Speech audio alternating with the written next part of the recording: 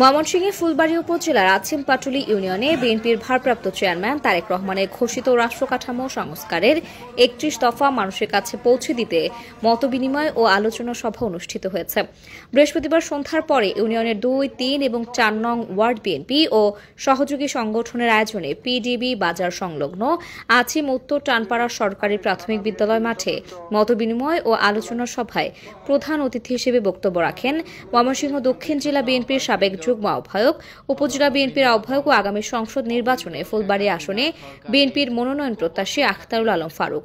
বক্তব্যে তিনি বলেন, অবৈধ ফাসিস্ট স্বৈরাচারী ভোটচোর শেখ হাসিনা ক্ষমতায় থাকাকালে দেশের মানুষের ওপর পাশবিক নির্যাতন চালিয়েছে। তিনি বলেন, বর্তমানেও ক্ষমতাচ্যুত দলটির দোসররা ষড়যন্ত্র অব্যাহত রেখেছে। এজন্য সকলকে ঐক্যবদ্ধ হয়ে আগামী সংসদ নির্বাচনে ধানের শীষে ভোট দিয়ে সকল ষড়যন্ত্র প্রতিহত করতে হবে। আপনারা তো বিগত দিনে ভোট কেন্দ্রে যাওয়া ভুলে গেছেন, এইবার এই জিনিসটা ভুলেও ভুল করবেন না।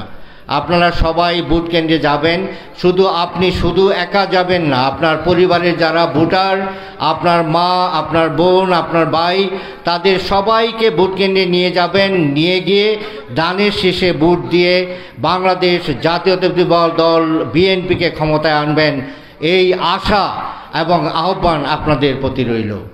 বিএনপি নেতাকর্মীদের উদ্দেশ্যে আখতারুল আলম ফারুক বলেন, দালাল বাটপারদের থেকে সর্বাবস্থায় সতর্ক থেকে জনগণের সাথে ভালো আচরণ করতে হবে। এ সময় তিনি সবাইকে একজন ফারুক হয়ে আগামী সংসদ নির্বাচনে ধানের শীষকে বিজয়ী করার জন্য কাজ করার আহ্বান জানান।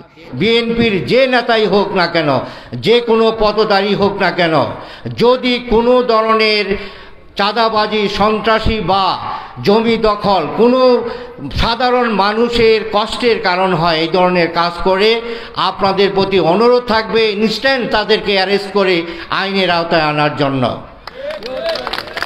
ইনশাআল্লাহ বিএনপি ক্ষমতায় আসবে, আপনারা ঐক্যবদ্ধ থাকেন।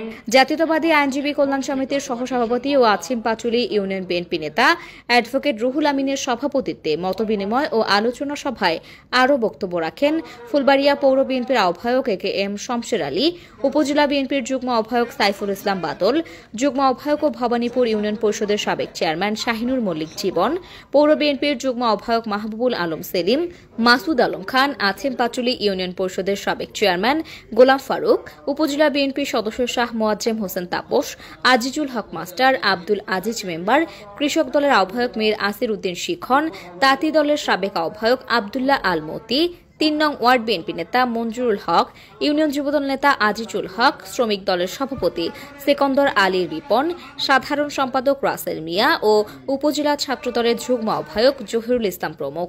অনুষ্ঠান পরিচালনা করেন ছাত্রদল নেতা হুমায়ুন কবির। অনুষ্ঠানে উপজেলা বিএনপি ও অঙ্গ সহযোগী সংগঠন এবং আছিমপাটুলী ইউনিয়ন বিএনপি এবং সহযোগী সংগঠনের নেতারা উপস্থিত ছিলেন।